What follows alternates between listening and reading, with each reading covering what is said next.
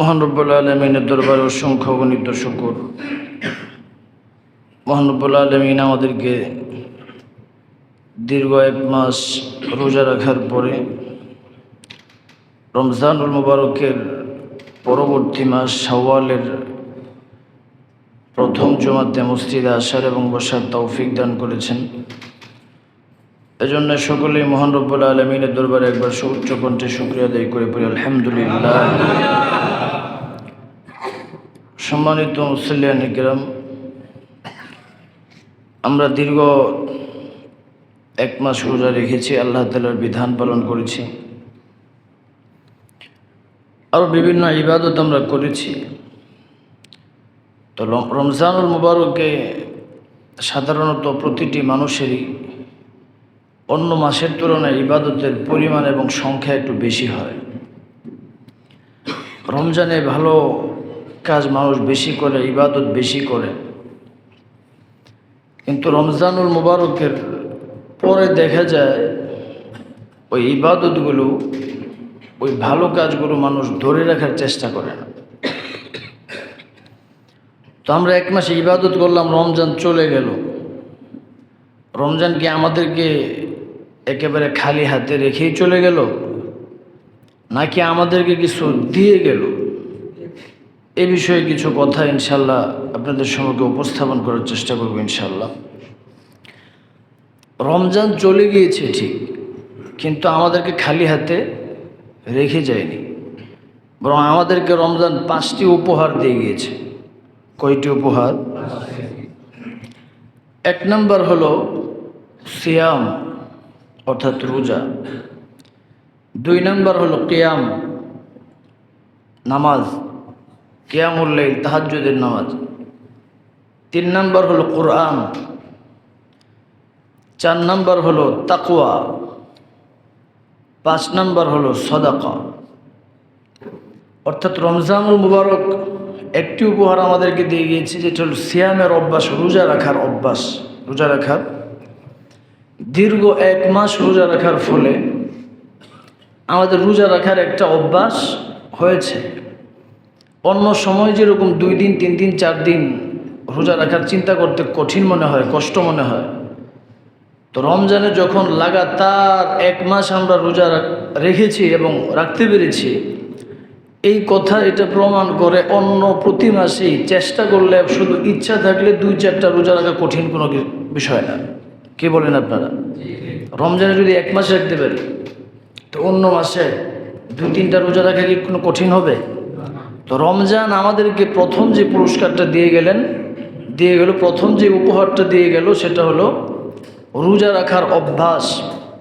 অর্থাৎ এই রমজানের রোজা রেখে রোজা রাখার যে অভ্যাসটা আমরা গড়েছি, বাকি 11 মাস আমাদের এই অভ্যাসটা ধরে রাখতে হবে। 11 মাস কী করতে হবে?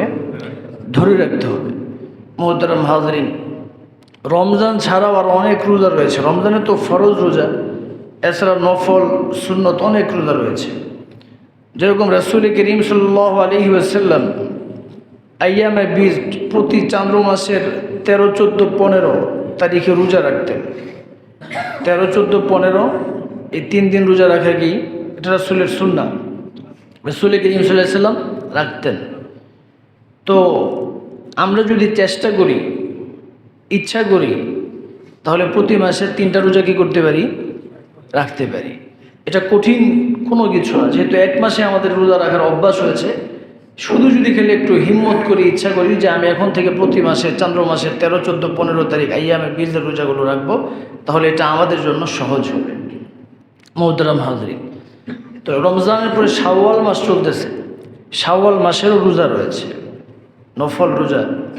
রাসূল করিম সাল্লাল্লাহু আলাইহি ওয়াসাল্লাম বলেন, মান সামা রমাদান সুম্মা আতবা'হু সিত্তান মিন শাওয়াল কানা কাসিয়ামিদ দাহর। রাসূল করিম সাল্লাল্লাহু আলাইহি ওয়াসাল্লাম বলেন, কোনো ব্যক্তি যদি মান সামা রমাদানা, রমজানুল মুবারকে রোজা রাখে, সুম্মা আতবা'হু সিত্তান মিন শাওয়াল, রমজানের পরবর্তী মাস যেটা শুরু হয়ে গিয়েছে, এটা হলো শাওয়াল মাস।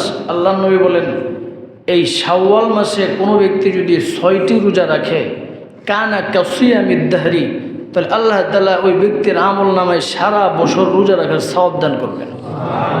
মুহতারাম হাজরিন, তো রমজানের 30 আর এইদিকে শাওয়ালের 6, মোট কয়টি হলো? 36। এই 36কে আমরা জানি যে ইবাদত আমরা যেগুলো করি আল্লাহ তাআলা কমপক্ষে 10 গুণ সওয়াব দান করবেন। কয় গুণ? 10 গুণ। তো এখন আমরা যদি 10 দিয়ে 36কে গুণ দিলে কত হবে?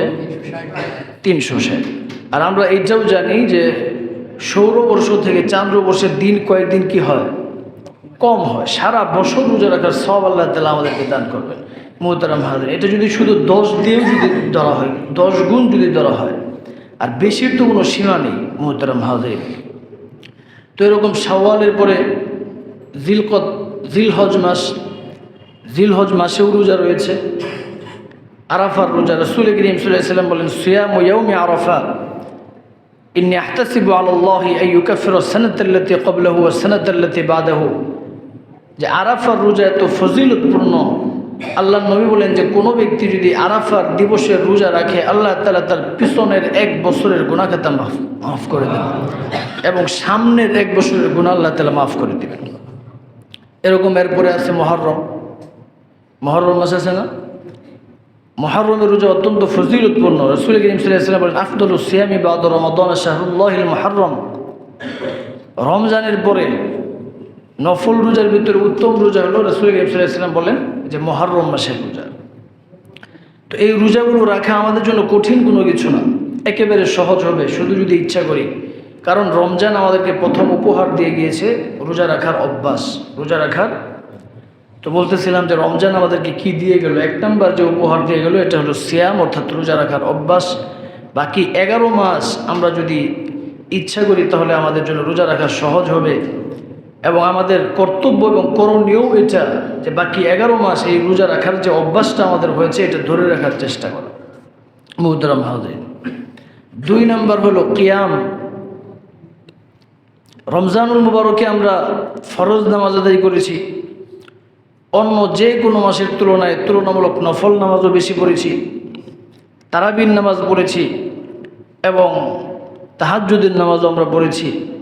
তো রমজানুল মুবারকে দীর্ঘ 1 মাস পর্যন্ত তাহাজ্জুদের নামাজ পড়ে তাহাজ্জুদের নামাজের একটা অভ্যাস আমাদের ভিতরে হয়েছে, তাহাজ্জুদের নামাজের একটা অভ্যাস হয়েছে।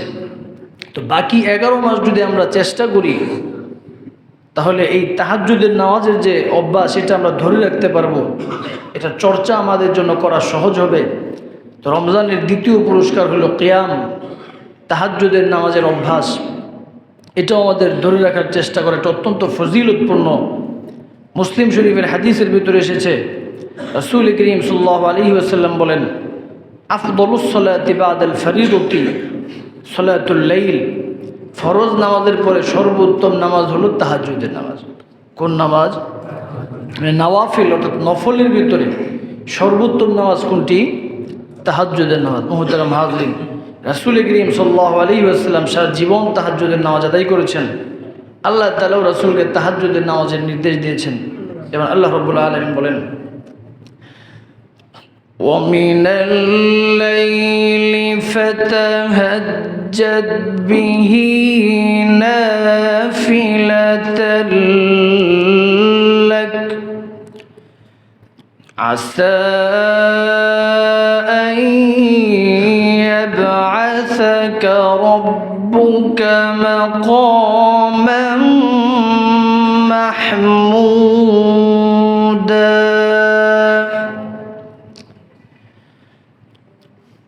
وَقُلْ رَبِّ أَدْخِلْنِي مُدْخَلَ صِدْقٍ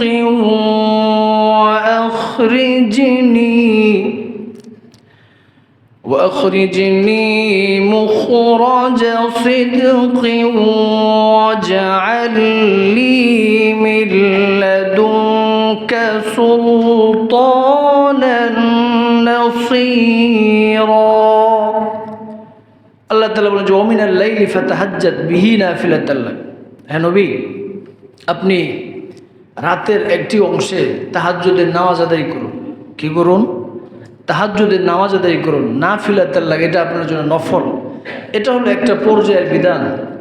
কারণ রাসূল করিম সাল্লাল্লাহু আলাইহি ওয়াসাল্লামের উপর একসময় তাহাজ্জুদ ফরজ ছিল। একসময় কি ছিল? তাহাজ্জুদ ফরজ ছিল। উনি সারা রাত দাঁড়িয়ে তাহাজ্জুদের নামাজ আদায় করতেন। হাদিসের ভিতরে এসেছে রাসূল করিম সাল্লাল্লাহু আলাইহি ওয়াসাল্লামের পা একেবারে ফুলে যেত। আমরা 20 রাকাত তারাবি পড়লে, খতম তারাবি কিছুটা অনুভব করতে পারি। একটু সময় নিয়ে তারাবি পড়লে পায়ের ভিতরে ব্যথা ব্যথা অনুভব হয়। আর সারা রাত দাঁড়িয়ে লম্বা সময় কিয়াম করতেন, দাঁড়িয়ে থেকে নামাজ আদায় করতেন। তো মুহতারাম হাজরিন, তো রমজানুল মুবারক আমাদেরকে যে দ্বিতীয় উপহারটি দিয়ে গেল সেটা কি? কিয়াম, অর্থাৎ এই তাহাজ্জুদের নামাজের অভ্যাস। বাকি 11 মাস যদি আমরা চেষ্টা করি তাহলে এই তাহাজ্জুদের অভ্যাসটা আমরা ধরে রাখতে পারবো। এই জন্য আমাদের করণীয় হলো এই ভালো যে একটি বৈশিষ্ট্য, গুণ আমাদের অর্জন হলো, এটাকে ধরে রাখার চেষ্টা করা। মুহতারাম হাজরিন, 3 নম্বর, রমজানুল মুবারক আমাদেরকে যে উপহারটা দিয়ে গেল তা হলো কোরআন। যেমন রমজানুল মুবারকে আমরা কোরআন তিলাওয়াত করেছি এবং কোরআন তিলাওয়াত শুনেছিও। অন্য মাসে এরকম তেলাওয়াত করাও হয় না, সাধারণত শোনাও হয় না। যেরকম তারাবির নামাজের ভিতরে দাঁড়িয়ে আলহামদুলিল্লাহ আমরা অনেকেই পুরো 30 বার শুনেছি খতমে তারাবি, এবার নিজেরা তিলাওয়াত করেছি। তো এই যে তিলাওয়াত করার একটি অভ্যাস রমজান আমাকে উপহার দিয়ে গেল, এই অভ্যাসটি ধরে রাখার চেষ্টা করা, কোরআনে কারীম তিলাওয়াত করা, এটা গুরুত্বপূর্ণ এবং ফজিলতপূর্ণ একটি আমল। রাসূল করিম সাল্লাল্লাহু আলাইহি ওয়াসাল্লাম বলেন, তাবাররাক বিল কুরআনি ফাইন্নাহু কালামুল্লাহ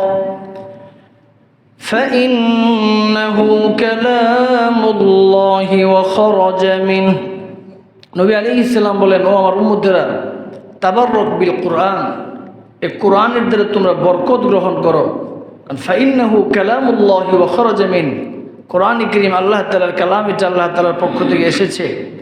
কোরআনের বরকত, আমরা যদি কোরআন তিলাওয়াত করি তাহলে আমার ব্যক্তিগত জীবন, পারিবারিক জীবন, আমার সন্তান সকলের উপর কোরআনের বরকত বর্ষিত হবে।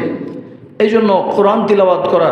মুহতারাম হাজরিন, আল্লাহ রাব্বুল আলামিন অন্য আয়াতের ভিতরে নবীকে বলতেছেন, হে নবী, আপনার উপর যে ওহী অবতীর্ণ করা হয়েছে, যে কোরআন নাজিল করা হয়েছে, এটা আপনি তিলাওয়াত করুন। আল্লাহ রাব্বুল আলামিন বলেন, উতলু মা উহিয়া ইলাইকা মিনাল কিতাব,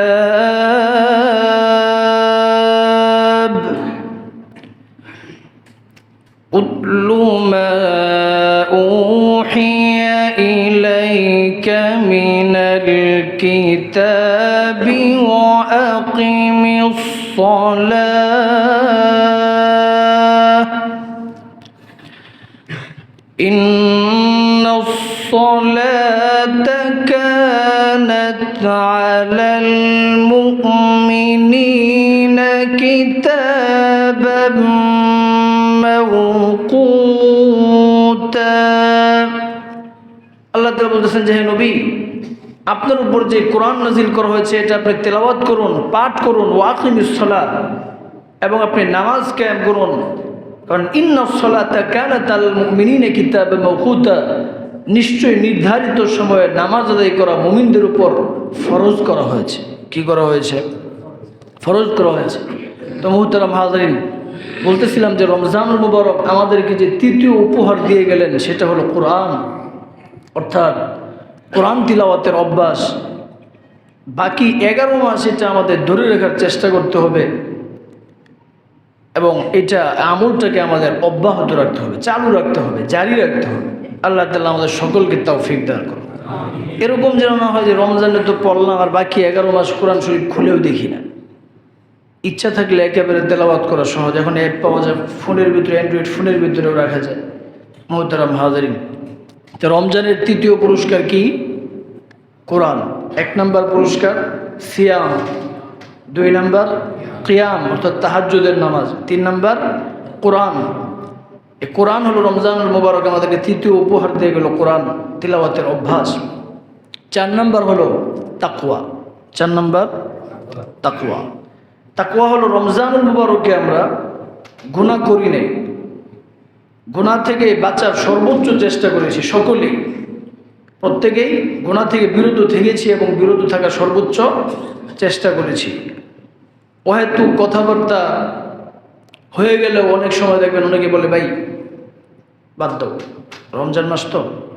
তার মানে বোঝা গেল অহেতুক বিষয় থেকে, অহেতুক তর্ক থেকে, অহেতুক ঝগড়া বিবাদ থেকে, অন্যায় কাজ থেকে রমজানুল মুবারক আমরা বিরত থেকেছি এবং বিরত থাকার সর্বোচ্চ চেষ্টা করেছি। তাকওয়ার অর্থ হলোই গুনাহ ছেড়ে দেওয়া। তাকওয়ার অর্থ কি? গুনাহ ছেড়ে দেওয়া। তো রমজানুল মুবারকে আমরা নিজেদেরকে সব ধরনের মাআসি, সব ধরনের অন্যায় অপরাধ গুনাহ থেকে নিজেদেরকে সংযত রাখার, বিরত রাখার সর্বোচ্চ চেষ্টা করেছি। এই যে চর্চাটা আমরা করেছি, এই চর্চাটা আমাদের সারা বছর ধরে রাখতে হবে। বাকি 11 মাস আমাদের নিজেদেরকে গুনাহ থেকে বিরত রাখার, মুক্ত রাখার, দূরে রাখার সর্বোচ্চ চেষ্টা করতে হবে। এটা হলো রমজানের চতুর্থ পুরস্কার। এরকম যেন না হয় যে রমজানে তো গুনাহ করি নাই, গুনাহ থেকে বিরত থাকার চেষ্টা করেছি, কিন্তু বাকি 11 মাস আর এই চর্চা করি নাই, বা এইদিকে ভ্রুক্ষেপও করি না। এমনটা হওয়া একেবারেই অনুচিত এবং কাম্য নয়। এজন্য বাকি 11 মাসও আমাদের গুনাহ বর্জনের সর্বোচ্চ চেষ্টা করতে হবে, গুনাহ থেকে, সব ধরনের অন্যায় অপরাধ থেকে দূরে থাকার সর্বোচ্চ চেষ্টা করতে হবে। মুহতারাম হাজরিন, তাকওয়া এটা অত্যন্ত গুরুত্বপূর্ণ একটি বিষয়। ইবাদত করা যতটুকু গুরুত্বপূর্ণ, গুনাহ থেকে বাঁচা এর চেয়ে বেশি গুরুত্বপূর্ণ। কারণ আপনি যদি সব গুনাহ থেকে বেঁচে যান, ইবাদত অটোমেটিক চলে আসবে। নামাজ না পড়া কি? একটু জোরে বলেন। নামাজ না পড়া। এখন আমি যদি গুনাহ না করি তাহলে কি ফজরের নামাজ না পড়ে থাকতে পারবো? জোহরের নামাজ? গুনাহ ছেড়ে দিলে সব চলে আসে। আপনি হাজারো রাকাত নফল নামাজ পড়বেন, যেই সওয়াব আপনি অর্জন করবেন, একটি কবিরা গুনাহ যদি হয়ে যায় আপনার এর চাইতে বেশি ক্ষতি হয়ে যাবে। একটি কবিরা গুনাহ একজন মানুষকে জাহান্নামে নেওয়ার জন্য যথেষ্ট, যদি আল্লাহ তাআলা ক্ষমা না করেন, যদি আল্লাহ তাআলা দয়া না করেন। এজন্য রাসূল করিম সাল্লাল্লাহু আলাইহি ওয়াসাল্লাম সাহাবীদেরকেও নির্দেশ দিয়েছেন। কোরআন কারীমের ভিতরে আল্লাহ তাআলা জায়গায় জায়গায় বান্দাদেরকে বলেছেন, ও আমার বান্দারা, তাকওয়া ভিত্তিক জীবনযাপন করো, গুনাহ মুক্ত জীবনযাপন করার সর্বোচ্চ চেষ্টা করো এবং নিজেকে ওইভাবে অভ্যস্ত করে তোলো যাতে করে গুনাহ মুক্ত জীবন গড়তে পারো। মুহতারাম হাজরিন, রাসূল করিম সাল্লাল্লাহু আলাইহি ওয়াসাল্লামের অন্যতম সাহাবী হযরত আবু যর বলেন, قال لي رسول الله صلى الله عليه وسلم اتق الله حيثما كنت। আল্লাহ নবী বলেন, আবু যর, ইত্তাকিল্লাহ হাইসুমা কুনতা, তুমি যেখানেই থাকো না কেন আল্লাহকে তুমি ভয় করো। আল্লাহকে ভয় করার নীতি অবলম্বন করে চলো, তাকওয়ার নীতি অবলম্বন করে চলো। মুহতারাম হাজরিন, বলতেছিলাম রমজানুল মুবারক আমাদেরকে যে উপহারগুলো দিয়েছেন, এর 4 নম্বর উপহার হলো তাকওয়া, অর্থাৎ গুনাহ ছাড়ার অভ্যাস, গুনাহমুক্ত জীবন গড়ার অভ্যাস। আল্লাহ রাব্বুল আলামিন কোরআন কারীমের ভিতরে বলেন, ইয়া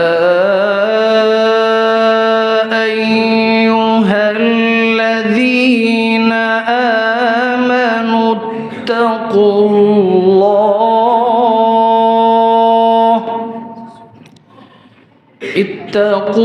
ইত্তাকুল্লাহা হাক্কা তুকাতিহি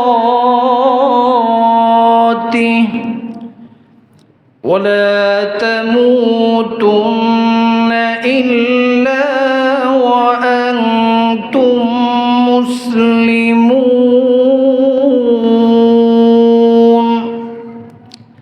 আল্লাহ তাআলা বলেছেন, ইয়া আইয়ুহাল্লাযীনা আমানু, হে ঈমানদারগণ, ইত্তাকুল্লাহা হাক্কা তুকাতি, আল্লাহকে ভয় করার মতো ভয় করো, আল্লাহকে যথাযথভাবে ভয় করো। ওয়ালা তামুতুন্না ইল্লা ওয়া আনতুম মুসলিমুন, মুসলিম না হয়ে মৃত্যুবরণ করো না। আল্লাহ কি বলতেছেন?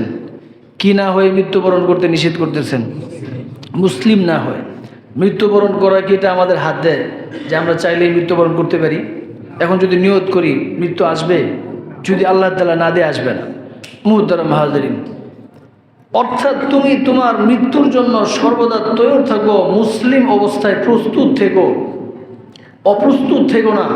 কারণ মালাকুল মউত আজরাইল যে কোনো মুহূর্তে তোমার কাছে চলে আসতে পারে ও আমার বান্দারা। সুতরাং মুসলিম হয়ে, আল্লাহর খাঁটি বান্দা হয়ে, আল্লাহর বিধানের সামনে আত্মসমর্পণ করে, নিজের জীবনকে সুসজ্জিত করে পবিত্র জীবনের অধিকারী হয়ে প্রস্তুত থেকো। এইরকম প্রস্তুত যদি থাকতে পারো বান্দা, তাহলে আল মাউতু তুহফাতুল মুমিন, এই মৃত্যুটা তোমার জন্য হবে হাদিয়া। আল্লাহ তাআলা তোমার থেকে যা নিবেন এর থেকে উত্তম বস্তু তোমাকে দান করবে। এখন কাউকে যদি বলা হয় যে ভাই আপনার ঢাকা শহরে আগারগাঁও একটা 5 তলা বাড়ি আছে, এটা আপনি দিয়ে দেন, গুলশানে আপনাকে 10 তলা 2টা দিব, রাজি হবে না? এরকম মানুষ আছে সাধারণত রাজি হবে কেন?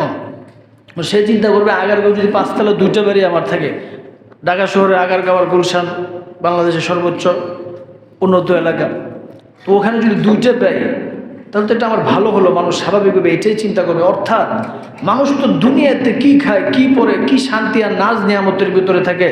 আল্লাহ তাআলা বলেন, ও আমার বান্দারা, তোমাদেরকে এমন জান্নাত দান করব, মালা আইনুন রাআত ওয়ালা উযুনুন সামিআত ওয়ালা খাতারা আলা কলবি বাশার। দুনিয়ার চোখ এরকম সৌন্দর্য কোনোদিন অবলোকন করেনি, দুনিয়ার কোনো কান এরকম সৌন্দর্যের কথা কোনোদিন শুনেনি, মানুষের কোনো অন্তর সেই সৌন্দর্যের কোনো কথা কল্পনা করতে পারেনি। এইরকম সুন্দর অকল্পনীয় এক জান্নাত বান্দা তোমাদেরকে দান করব। মুহতারাম ভাইদের, ইন্তেকালের সময় ফেরেশতা এভাবে হাতে ধরবে। হাদিসের ভিতরে এসেছে জান্নাতটাও ধরবে, জাহান্নামটাও ধরবে, দুটোই দেখাবে। নেককার যদি হয় তখন তাকে বলবে যে দেখো, এই যে আল্লাহ তাআলা তোমাকে এই জান্নাতটা দিচ্ছে, আর এই যে দেখো জাহান্নাম, এর শাস্তি এরকম ভয়াবহ কঠিন। তুমি তাকওয়া ভিত্তিক জীবনযাপন করার কারণে, আল্লাহর সন্তুষ্টি মোতাবেক জীবনযাপন করার কারণে আল্লাহ তাআলা তোমাকে এই জাহান্নাম থেকে মুক্তি দিয়ে আজকে তোমাকে এই জান্নাত দান করবে। আর বদকার হলে তাকে বলবে যে এই যে জান্নাতটা দেখতেছো, এটা আল্লাহ তাআলা তোমার জন্য রেখেছিল, তোমার বরাদ্দেই ছিল, কিন্তু তোমার আমলের কারণে, খারাপ আমলের কারণে, অন্যায়ের কারণে, তাকওয়া ভিত্তিক জীবনযাপন না করার কারণে আজকে এত সুন্দর যে জান্নাতটা দেখো, এটার পরিবর্তে তোমাকে এইরকম কঠিন একেবারে ভয়াবহ এক শাস্তির জাহান্নামে তোমাকে যেতে হচ্ছে। মুহতারাম হাজিরিন, তো বলতেছিলাম তাকওয়া অবলম্বন করা। অন্য আয়াতে আল্লাহ তাআলা বলে, ইয়া আইয়ুহান নাস ইত্তাকু, হে মানুষ সকল, ইত্তাকু রাব্বাকুমুল্লাযী, তোমরা তোমাদের সেই প্রতিপালককে ভয় করো, আল্লাযী খলাকাকুম মিন নাফসিন ওয়াহিদা, যিনি তোমাদেরকে একই ব্যক্তি থেকে সৃষ্টি করেছেন, ওয়া খলাকা মিনহা যাওজাহা, এবং একই ব্যক্তি থেকে তার স্ত্রীকেও আল্লাহ তাআলা সৃষ্টি করেছেন। অর্থাৎ আল্লাহ তাআলা দুনিয়ার সমস্ত মানুষকে হযরতে আদম আলাইহিস সালাম থেকে সৃষ্টি করেছেন, আর আদম আলাইহিস সালাম থেকে আল্লাহ তাআলা তার স্ত্রী হাওয়া আলাইহিস সালামকে সৃষ্টি করেছে। মুহতারাম হাজিরিন, রমজানের 4 নাম্বার উপহার কি? তাকওয়া। 5 নাম্বার উপহার সদাকা, অর্থাৎ দান সদকা করার যে অভ্যাস। রমজানুল মুবারক ছাড়া অন্য সময় আমরা যেই পরিমাণ দান করি, সদাকা করি, এর চেয়ে অনেক বেশি পরিমাণ রমজানে আমরা দান সদাকা করেছি, গরিবের পাশে দাঁড়িয়েছি, মানুষকে ইফতার করেছি, দ্বীনি মাসাজিদের ভিতরে দান করেছি, দ্বীনি মাদারিসের ভিতরে দান করেছি, অনেক মানুষের পাশে ছিলাম, সামর্থ্যের চেয়ে অনেকে বেশি দিয়েছি, অনেকেই দেয়নি, এটাও আছে, ওটা ভিন্ন কথা। মুহতারাম হাজিরিন, দেয়নি তার তো হকই আদায় করেনি, সেটা আল্লাহ তাআলা যদি ফরজ যাকাত আদায় না করে, এটা আল্লাহ তাআলা শরীয়তের বিধান রয়েছে তার ব্যাপারে, ওই আলোচনাও আমরা করেছি। মুহতারাম হাজিরিন, কিন্তু ব্যাপকভাবে সচরাচর সাধারণত আমরা যেই পরিমাণ দান করি রমজানুল মুবারকে, এর চেয়ে বেশি আমরা দান করেছি। বাস্তব কিনা? টাকা পয়সা মানুষের কল্যাণে, মানুষের সেবায় যে পরিমাণ খরচ করে এবং দ্বীনি কাজের পিছনে অন্য বছরের সময়গুলোতে যে পরিমাণ খরচ করে, রমজানে সবাই তুলনামূলক এর চেয়ে বেশি করেছে। মুহতারাম হাজিরিন, দরিদ্র অসহায় মানুষের উপকার করেছে, পাশে দাঁড়িয়েছে। এই যে ভালো একটা কাজের অভ্যাস রমজানুল মুবারকে হলো, এই অভ্যাসটা বাকি 11 মাস ধরে রাখতে হবে, ধরে রাখার চেষ্টা করতে হবে। সমাজের দরিদ্র অসহায় মানুষের পাশে দাঁড়াতে হবে। একজন অসুস্থ, আমার সামর্থ্য আছে একটু তার ওষুধের ব্যবস্থা করে দেই। একজন বিপদগ্রস্ত, আমার সামর্থ্য আছে তাকে একটু পথে তুলে দেই। একজন ব্যবসা করবে, একেবারে ন্যূনতম পুঁজিরও ব্যবস্থা নেই, সামর্থ্য থাকলে আমি তাকে একটু ছোটোখাটো একটা ব্যবসা ধরিয়ে দেই। এই যে নেক আমলের অভ্যাস, এই অভ্যাসটা আমাদের চালু রাখতে হবে মুহতারাম হাজরিন। তো বলতেছিলাম রমজানুল মুবারক আমাদেরকে কয়টি উপহার দিয়ে গিয়েছে? 5টি উপহার। 1 নম্বর হলো রোজা রাখার অভ্যাস, 2 নম্বর কিয়াম অর্থাৎ তাহাজ্জুদের নামাজের অভ্যাস, 3 নম্বর কোরআন তিলাওয়াতের অভ্যাস, 4 নম্বর তাকওয়া অর্থাৎ গুনাহ থেকে বেঁচে থাকার এবং বিরত রাখার যে চর্চা এটার অভ্যাস, 5 নম্বর হলো সাদাকা। মুহতারাম হাজরিন, এই অভ্যাসগুলো যেন আমরা ধরে রাখতে পারি, আল্লাহ তাআলা সকলকে তৌফিক দান করুন।